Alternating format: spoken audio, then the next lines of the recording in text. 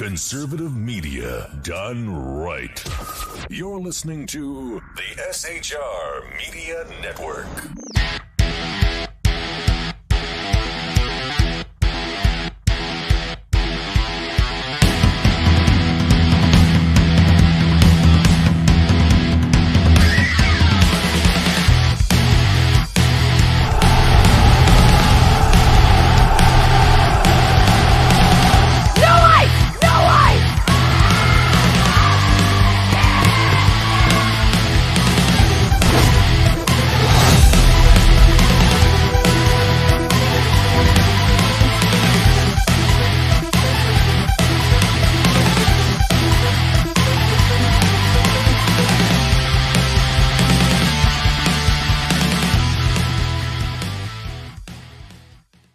Welcome to a special edition of Beer Bullstein with Lyle Armstrong on the SHR Media Network. We are going to preempt this and go straight to the White House for a live briefing here.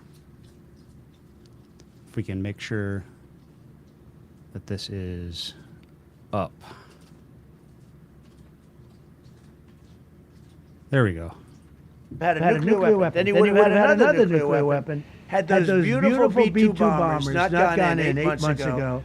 And obliterated that. And by the way, the word is obliteration. CNN said, well, maybe it wasn't complete. It was so complete that they still haven't been able to get it. It was obliteration. But if we didn't hit them, that was a courageous decision, too, because we had all those planes flying in at night with very little cover, unbelievable stealth planes. And they were able to do their job. If we didn't do that, Iran would have had a nuclear weapon at a high level, either one of those two instances. And if they did, in my opinion, I told this to Bibi Netanyahu yesterday, Israel would have been extinguished. Large portions of the Middle East would have been extinguished, whether it's Saudi Arabia, Qatar, UAE, or others. And you saw that with thousands of missiles raining down upon them. They didn't think they were going to be hit. They thought they'd be watching us fight. And all of a sudden, UAE got hit by 1,500 missiles. He would have taken them out also. And they were powerful. If I didn't come along and terminate the Obama deal, which was terrible, the Iran nuclear deal was a road to a nuclear weapon, a big one, unlimited, legally. I terminated it without even much thought. It was so easy. I terminated that, and then the B-2 bombers. And I did one other thing. I had killed Qasem Soleimani, who was an evil genius. And the reason I did it, I heard he was going to knock out 5 of our military bases. And had he lived, I believe we would be fighting perhaps a different Iran right now, because he's never been replaced, you know. And I did one other, but this one was not picked up. Osama bin Laden. If you read my book, I said you got to take him out 1 year before the World Trade Center came down. So I wish you'd read the book. But you, as a president, to be a good president, I believe you have to have good instincts. And a lot of this is instinct. Yeah, please. Thank you so much for taking my question, Mr. President. Mr. President, last week you suggested that Europe should take the lead on reopening the Strait of Hormuz. Has circumstances changed now that you're issuing a direct 48-hour ultimatum? And secondly, would a new ceasefire include Israel, or would it just be between Iran and the US? I can't talk about ceasefire, but I can tell you that we have a active, willing participant on the other side. They would like to be able to make a deal. I can't say any more than that. Mr. President, you've listed the goals. Excuse me. Please, go ahead. You've listed the goals. Who are you with? My name is Diyar Kurd. I'm with the largest Kurdish media outlet, Rudaw Media Network. It's based in Iran. Go ahead. Mr. President, you said before that you don't want the Kurdish forces to enter Iran and be harmed. Do you still want them to stay away? Or what role do you expect them to play now? I'd rather have them stay away. And then, I'd rather have them stay away because I think they bring with them some problems and some difficulties. And I don't think they bring death, to themselves. But I'd rather have them stay away. Go ahead. Thank you, Mr. President, for the question. Deliberate attacks on civilian infrastructure violate the Geneva Conventions and international law. Who are you with? I'm with the New York Times. Zolan from the New York Times. Are you The failing. Are you concerned? Circulation way down at the New York Times. Are What's you going on concerned with that your threat to bomb power plants and bridges amount to No, war not at crimes? all. No, not. I hope I don't have to do it. But again, I just said 47 years they've been negotiating with these people. They're great negotiators, and because they're not going to have a nuclear weapon.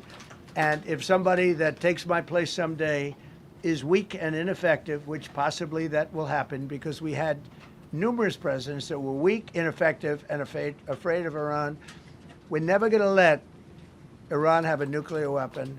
And if you think it's okay for people that are sick of mind, that are tough, smart, and sick, really sick, from a policy standpoint, from a any which way you want to say, mentally, these are disturbed people. If you think I'm going to allow them, and powerful and rich, to have a nuclear weapon, you can tell your friends at the New York Times, not going to happen. It means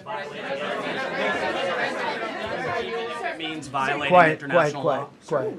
You no longer have credibility at the New York Times because the New York Times said, oh, Trump won't win the election, and I won in a landslide. I won every swing state. New York Times said, oh, Trump won't win the election.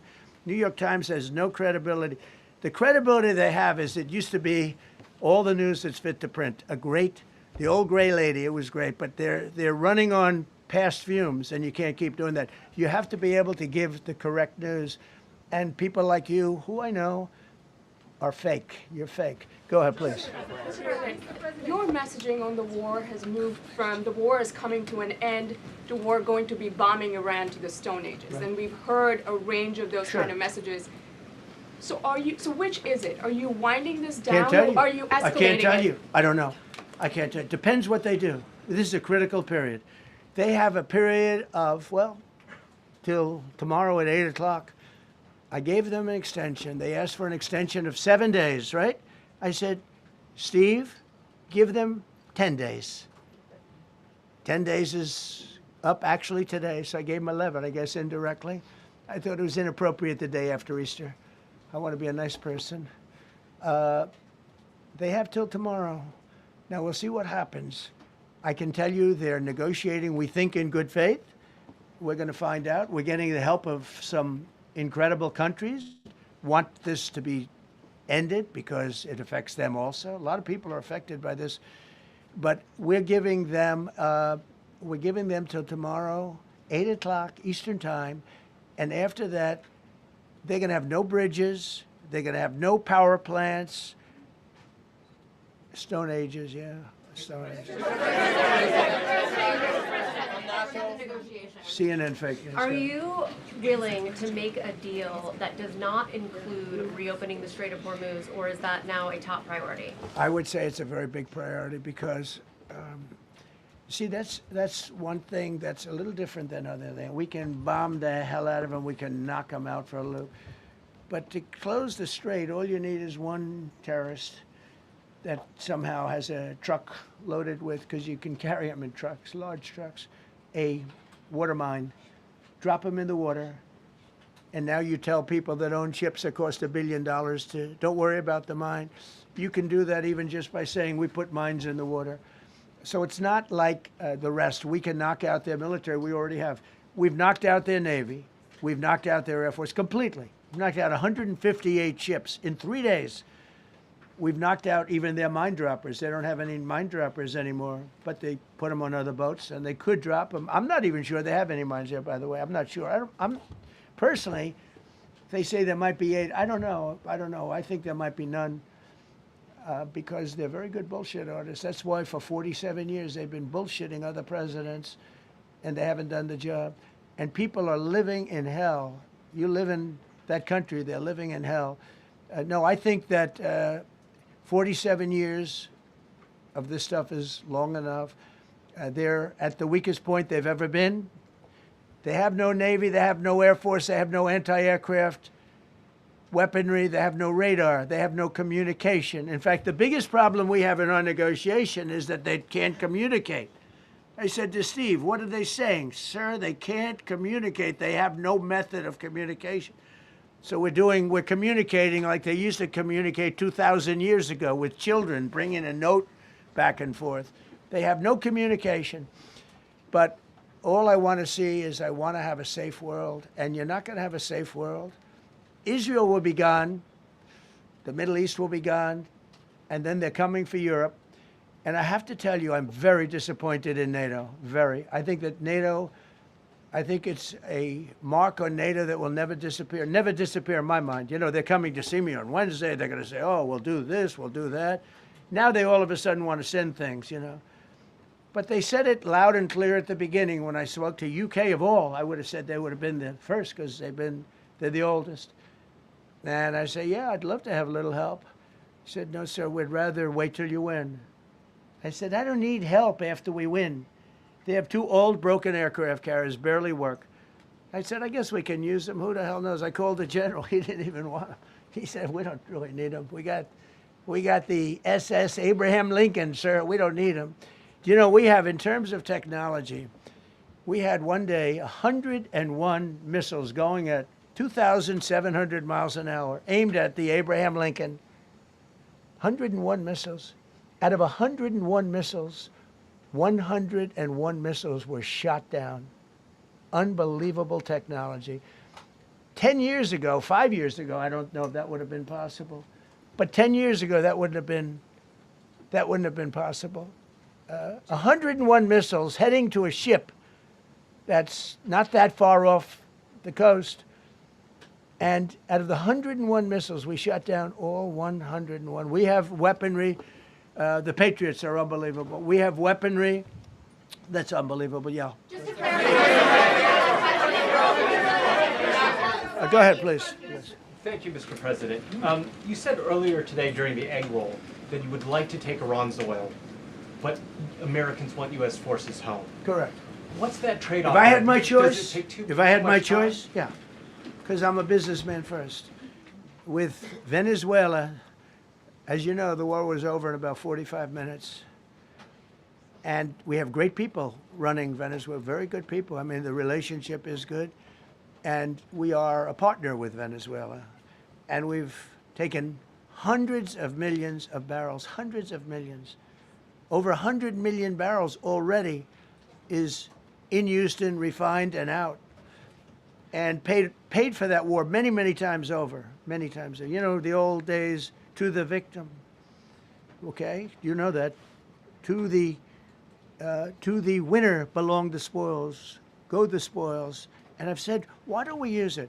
To the victor, go the spoils. And we don't have that. We haven't had that in this country probably in 100 years, because even the Second World War, you look at the Second World War, we didn't have it with the Second World War. We helped rebuild all those countries. We rebuilt Germany. How about Germany telling us that, well, it's not their war. We had nothing to do with it. They wanted me to go and tell them everything I was doing. We didn't know anything about it. Well, if I would have told them, they would have leaked it, and we wouldn't have been nearly as successful, possibly, right? But to the victor belong the spoils. So we haven't heard that in, I think, maybe hundreds of years.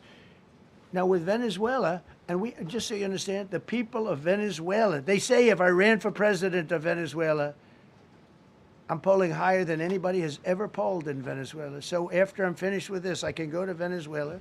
I will quickly learn Spanish. It won't take too long. I'm good at language. And I will go to Venezuela. I'm going to run for president. But we're very happy with the president-elect that we have right now, the people that are running it. If you remember Bush with Iraq, they fired the generals, they fired the police, they fired the people that worked in their equivalent of the White House. They fired everybody. And you know what they had? They had a mess. And you know what happened? ISIS formed. Those generals and those soldiers got together. The police got together. They all got together. They formed ISIS. Not going to happen with us. So Venezuela has been an incredible situation. We went in. We were very successful. Military power like nobody's ever seen. The general, Venezuelan general, said, I was on that site. I said, I've never seen ferocity like that. I've been doing this for 40 years. He said, I've never seen it. They hit us from 17 different, They were all set. They saw that big, beautiful aircraft carrier, the Ford in that case, and planes were pouring off it at 1 o'clock in the morning. So typically when you see that late at night, you know you could be in trouble, right? And we were all ready. They had their equipment. It was Russian. And they had Chinese equipment. It was all set. They were going to give us a fight. He said, and then they came. And they came at speeds like we've never seen. And they came at 17 different angles. The general and his people, that was a lot of angles. They hit him from every angle. He said, we knew it was over in 3 minutes. We were waiting for them. Their equipment didn't work. And there's a reason it didn't work. Someday we'll explain that to people. They pressed the button, nothing happened. They pressed it again and again, nothing happened. And he said, we knew this whole thing was over in 3 minutes. We've never seen any, he used the word ferocity. The ferocity of these planes from 17 different angles, and it was over. They went inside. And remember, that was on a military base with thousands of soldiers. And those soldiers looked and they said, get the hell out of here. Thousands. We didn't have thousands. We had like 200 people. So we have a great military. And I'll tell you what, somehow this rescue captured the world's attention, more so than normally. You're talking about 2 people. But this rescue captured the world's attention. But we did it in Venezuela. That was amazing. And now we have a very bad man in prison and going to trial. I mean, he released, aside from the drugs, which he was terrible, Maduro released hundreds of thousands of people from jails into our country. Drug dealers, murderers, the worst people in the world were released into our country because we had a stupid president who probably didn't know, and we had a border czar who never went to the border and never once called our great Border Patrol agents, right? Not once, Kamala. She never called the Border Patrol. She never said, how we doing? I used to call the Border Patrol guys every day. You can ask them, Paul, ask any one of them. Brandon, ask them all the time. How are we doing? How are we doing? And we now, I'm proud to say, have a totally sealed border. 9 months, nobody is coming through our border. And nobody even tries because they know they're not going to get through. So we don't have caravans anymore. Right. So maybe 1 or 2 more and we'll be done. Mr. President, are you allowed to, or are you willing to end this conflict with Iran charging tolls for passage through the strait? Us charging tolls? Iran. What about us charging tolls? Is that something you're considering? I'd rather do that than let them have them, right? Why shouldn't we? We're the winner. We won, okay? They are militarily defeated. The only thing they have is the psychology of, oh, we're going to drop a couple of mines in the water, all right? No, we have a concept where we'll charge tolls, okay? I thought you meant us. Your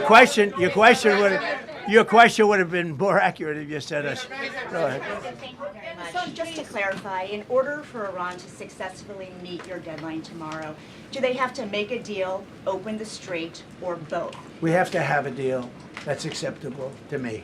And part of that deal is going to be we want free traffic of oil and everything else. Mr. President, thank you very much.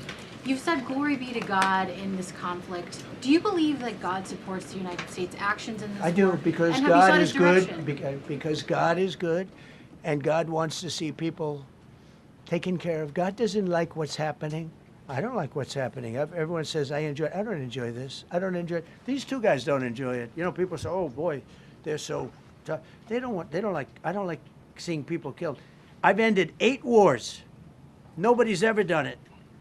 The person who won the Nobel Prize came to me and said, you deserve the Nobel Prize. She announced that. When they announced, they said, goes to Maria. She's a great person, really a good person. She said, no, this is ridiculous. They gave me the Nobel Prize. President Trump ended 8 wars. I could go over every one of them, including India and Pakistan, where the Prime Minister of Pakistan said, President Trump saved from 30 to 50 million lives. That makes me much happier than what we're doing right now. That makes me much happier. We have 1 more to end, by the way. Okay. President, you called yesterday in your Truth Social, you called the Iranians crazy bastards. True. What is your response to critics who say that I don't care about critics. What is your response to critics who say that it is your mental health that should perhaps be examined as this war continues? I haven't heard that. But if that's the case, you're going to have more people like me, because our country was being ripped off on trade, on everything, for many years until I came along. So if that's the case, you're going to have more people. Dasha, go ahead. Dasha, go. You said that very little is off limits in Iran as far as targeting, Yeah. including power plants, bridges, you've mentioned those. Very little is off limits. Are there certain kinds of civilian targets, though? I'm thinking schools I don't want or to tell you hospitals that. you I don't want would to say tell you is that. off- We have. I don't want to tell we you have that. a plan, because of the power of our military, where every bridge in Iran will be decimated by 12 o'clock tomorrow night, where every power plant in Iran will be out of business, burning, exploding, and never to be used again. I mean, complete demolition by 12 o'clock. And it'll happen over a period of 4 hours if we wanted to. We don't want that to happen. We may even get involved with helping them rebuild their nation. And you know what? If that's the case, the last thing we want to do is start with power plants, which are among the most expensive thing, and bridges. You saw the bridge one. We were very close to a deal. And then I got a call from Mr. Witkoff, Mr. Kushner, and JD saying, I think they're breaking the deal. I said, tell them that's okay. Don't worry about it. But tell them to look out their window and watch. And within 45 minutes, I gave the order to knock out the biggest bridge. I gave the order, knock out the biggest bridge in, I believe, the Middle East, but the biggest bridge in Iran. And within 10 minutes after I gave that order, that bridge was over. So do I want to do that? No. Do I want to destroy their infrastructure? No. It will take them 100 years to rebuild. Right now, if we left today, it would take them 20 years to rebuild their country, and it would never be as good as it was. And the only way they're going to be able to rebuild their country is to utilize the genius of the United States of America. You voiced your displeasure with NATO in the past. Is there a danger to the U.S. not being the de facto of the leader of the alliance, and then other powers within the alliance then getting the decision making when it comes to wars and nuclear weapons? No, it's not a danger.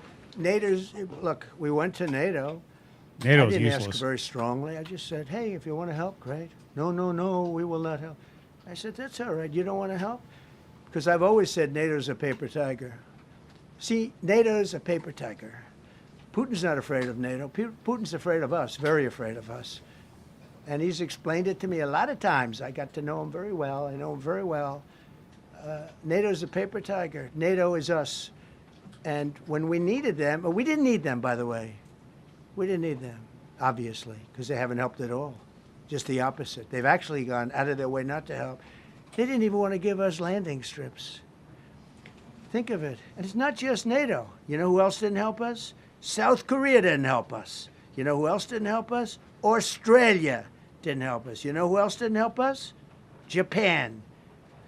We've got 50,000 soldiers in Japan to protect them from North Korea. We have 45,000 soldiers in South Korea to protect us from Kim Jong-un, who I get along with very well, as you know. Do you notice he said very nice things about me? He used to call Joe Biden a mentally retarded person, okay? So don't tell me He wouldn't about be wrong either. your stuff. Joe Biden, he said he's a mentally retarded person. He was so nasty to Joe Biden. It was terrible. But to me, he likes Trump. And do you notice how nice things are with North Korea? It's very nice. But we have 45,000 people, soldiers, in harm's way, right next to Kim Jong-un with a lot of nuclear weapons. 45, which should have never happened if a certain president, I'm not going to mention this president because I happen to like him, believe it or not, but if a certain president did his job, Kim Jong-un would not have nuclear weapons right now. But they were all afraid to do their job properly. But just to conclude and just to finish, Japan didn't help us, Australia didn't help us, South Korea didn't help us, and then you get to NATO, NATO didn't help us. There were some countries that did. Now, countries that have been good, now you could also say they're got to be a little bit more involved because they're in the territory, but Saudi Arabia has been excellent, Qatar has been excellent, UAE has been excellent. Bahrain, Kuwait. I mean, Kuwait did shoot down 3 of our planes. The only planes, really, that we lost with friendly fire, they call it. I call it unfriendly fire. They unfortunately didn't know how to use our great Patriots. The pilot said, what kind of a missile's coming at us? Patriot. Boom, they got out. Because they know a Patriot never misses. So they had beautiful Patriots. There were planes heading in their direction. Unfortunately, they decided to shoot those planes. They were our planes. So, NATO is a paper tiger. Now, he's coming to see me on Wednesday, as you know. He's a wonderful guy. Secretary General is great. And Mark Rutte, he's a great person, but he's got... And it all began with, if you want to know the truth, Greenland. We want Greenland. They don't want to give it to us. And I said, bye-bye. Okay, thank you very much, everybody. Thank you.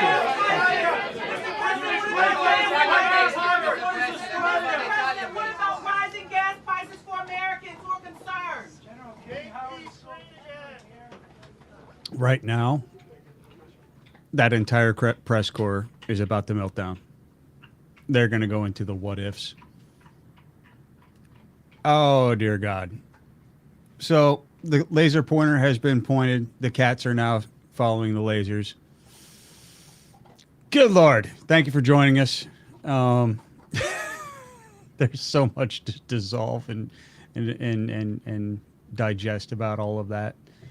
Sorry for missing the front of that. I was actually out getting chicken feed, so we missed the front of that. But thank you for joining us on the rest of that. Thank you for everybody who's joining us on that, even though so nice to have another war. Wonder why the countries that didn't bribe you are so bad. Well, they didn't bribe us. They didn't help. It comes down to is, we've been a friend to a lot of people, and most people don't want to, do that. Ran away, cowardly comment. That man actually stood up there for, let's see, what time is it now? 30 minutes. I came in during the questioning, and he just left, and that was 30 minutes of questions, which is 30 minutes more questions than Joe Biden ever took in any presser. So you can call him a cowardly con man, or you can call him the president who just stood up there and took 30 minutes of questioning and answered all of them. However, if you didn't like the answers or however you wanted to answer it, that's up to you to decide.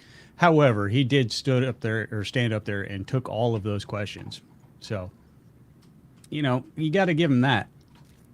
I am a man of rational thought, not just, oh, I don't like him. Trump bad. Orange man bad. Nah. I don't even like Trump. I don't like the man. But you know what? I can't fault him for standing up there and taking 30 minutes of questions. That's the fun part. So actually, sorry, I got a cat climbing up. If, just because I'm feeling a little freaking generous right now. Actually, if you want to talk about it, let's talk about it. I just opened up the phone lines, 202-503-2271. If you want to be a part of the program, you want to talk about this, let's talk about it. Let's open up the phone lines, 202-503-2271. I am a grumpy, disgruntled vet. Let's talk about this shit. Let me get this back up there. There we go.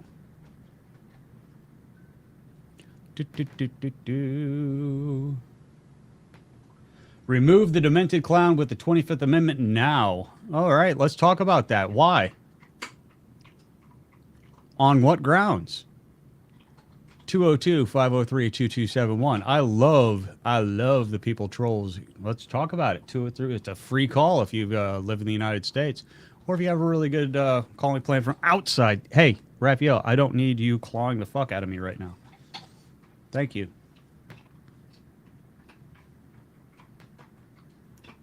We have a poll up right now. Does winning require opening up the Strait of Hormuz? We have 25% saying no.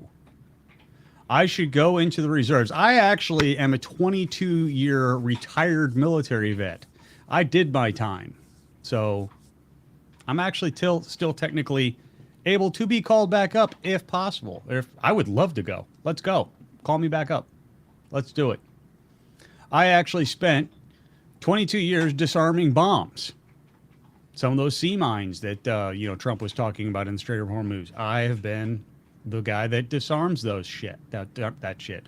I would love to. Let's fucking go. Call him up. 202-503-2271 is my phone number if you'd like to talk about it. We could do this all day. I have nothing to do except for talk to you guys because I love talking to you guys. Let's come. Fuck fascism, not kids. You know what? I absolutely agree with that. That is a great question. I'm putting that one up. Hold on. I got to get a cat out of the way. This is Raphael, by the way. He is a lovely little purr boy. Say hi, Raphael. He does these things. I'm going to put that one up. Fuck fascism, not kids. That is the tagline for today. That is the number one comment of the day from Terrible Times. Terrible. 202-503-2271. I'll leave the phone lines open if you guys want to talk about it. They are open. Come and latch you live. I do believe it is up. Yep, I have a blue light. The light is on. The phone lines are open. You could follow me at Lyle_Armstrong on X. You can also call me at 202-503-2271 if you want to be part of the program. You want to call me a fascist pig. You want to call whatever, all that other stuff. If not, I am actually going to go do some productive stuff today because the press conference is open. I don't have the Cartier cam up right now, so I can't show you the fascinating thing that she is doing right now. She is totally destroying an oxtail, which is fun as all hell. But I do appreciate you guys joining us. This has been a fun, unscheduled Beer and Bullstein on the SHR Media Network. We are not being simulcast on the KLRN network right now because it was totally unscheduled, but I do want to thank those guys for thinking about me anyway.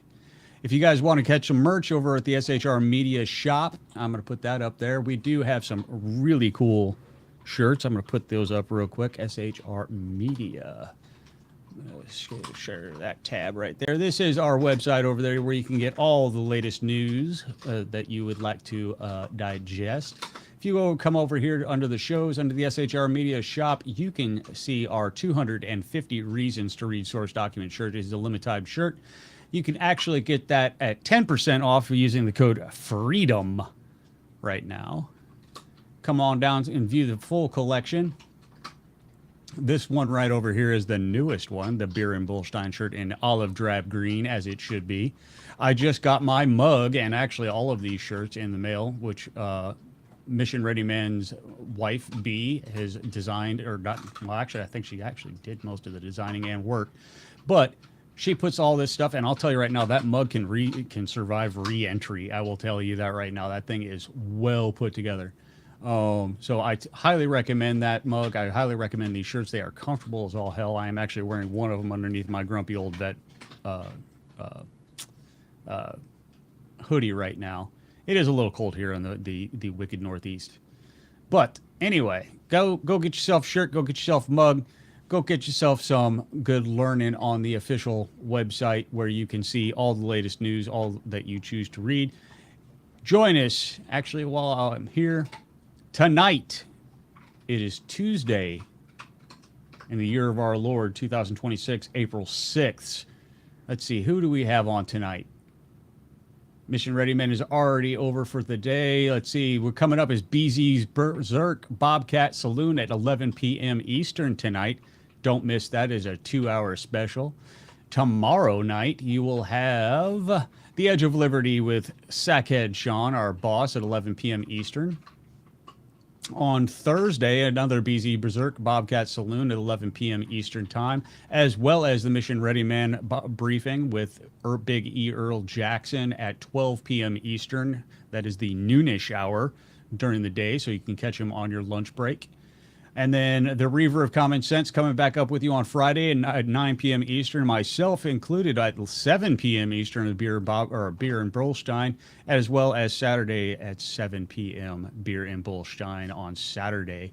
So catch us all then. And if you guys are all good, nobody wants to call in on the phone line. So guess what, guys? I'm going to sign off now. I hope you guys are awesome. Have a great rest of your Monday afternoon. Actually, no, it is Monday.